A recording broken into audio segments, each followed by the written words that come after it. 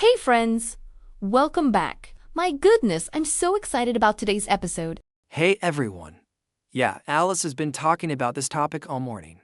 We're diving into something super practical today.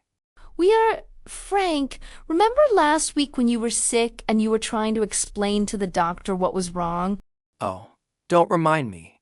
I was sitting there pointing at my throat like, it hurts. Here, you know? Exactly. And that's what we're tackling today. How to talk about health in English. Doctor visits, symptoms, medications, all of it. This is one of those topics where you really need the right vocabulary because it's about your well-being. Absolutely. So grab your coffee or tea, get comfortable, and let's have this conversation. Before we jump in, can I just say, if you're here with us today, thank you. Seriously, thank you. Yes, your support means everything to us. If you're finding value in these conversations, would you do us a huge favor? Hit that subscribe button right now and smash the notification bell.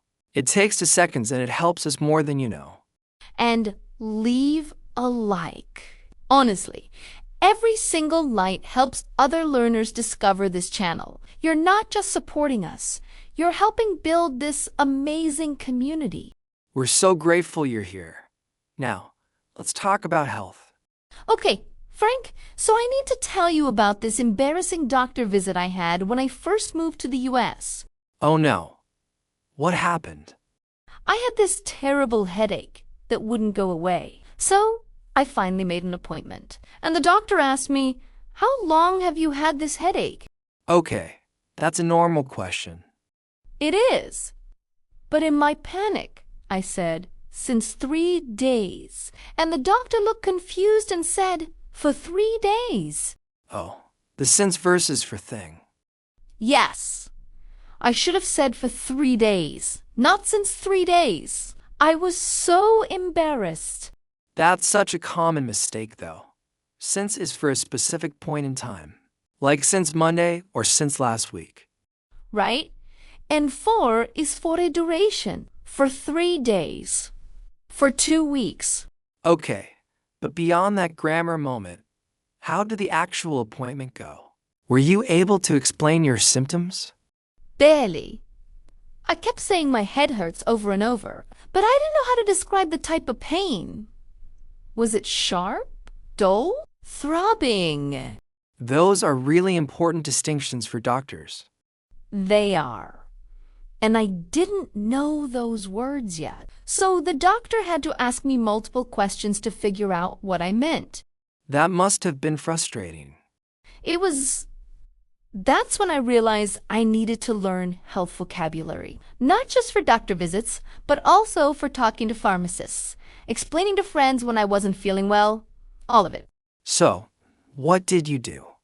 I made a list. I looked up common symptoms, types of pain, and basic health phrases. And honestly, it changed everything. That's smart. Let's share some of that with everyone today. All right, so Frank, let's start with the basics. How do you describe symptoms? Well, the most common structure is I have a, and then the symptom, like I have a headache, I have a fever, I have a cough. Right? But there are different ways to say it too. You can say, "I've got a headache," which is more casual. Or I'm experiencing, if you want to sound more formal, I'm experiencing chest pain. Exactly. Now, let's talk about different types of pain, because this is where it gets specific.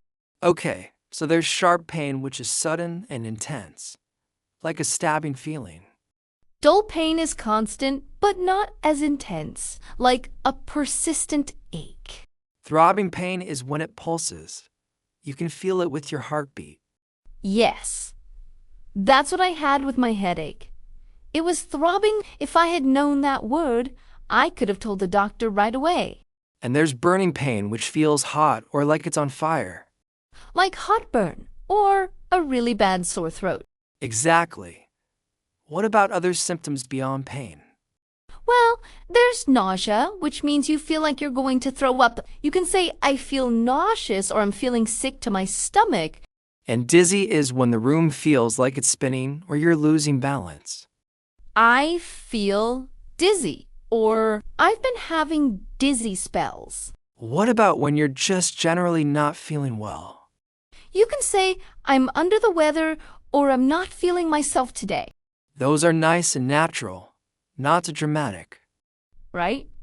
And if you want to describe how bad it is, you can say it's mild, it's moderate, or it's severe.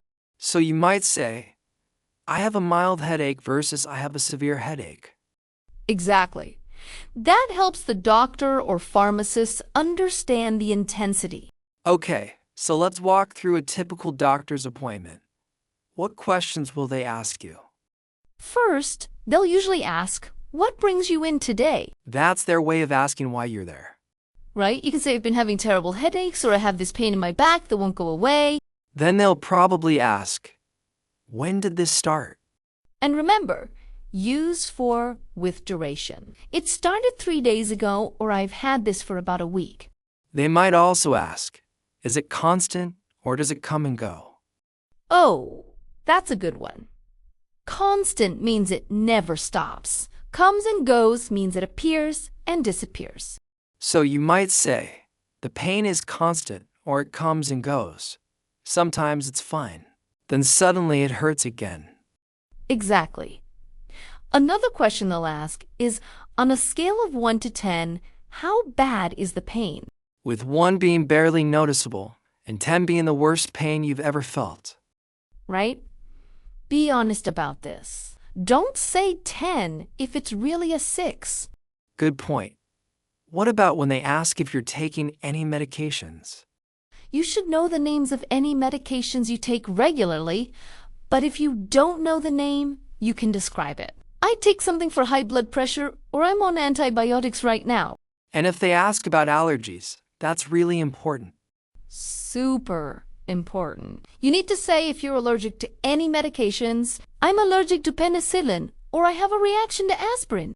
What if the doctor suggests a treatment and you want to ask questions?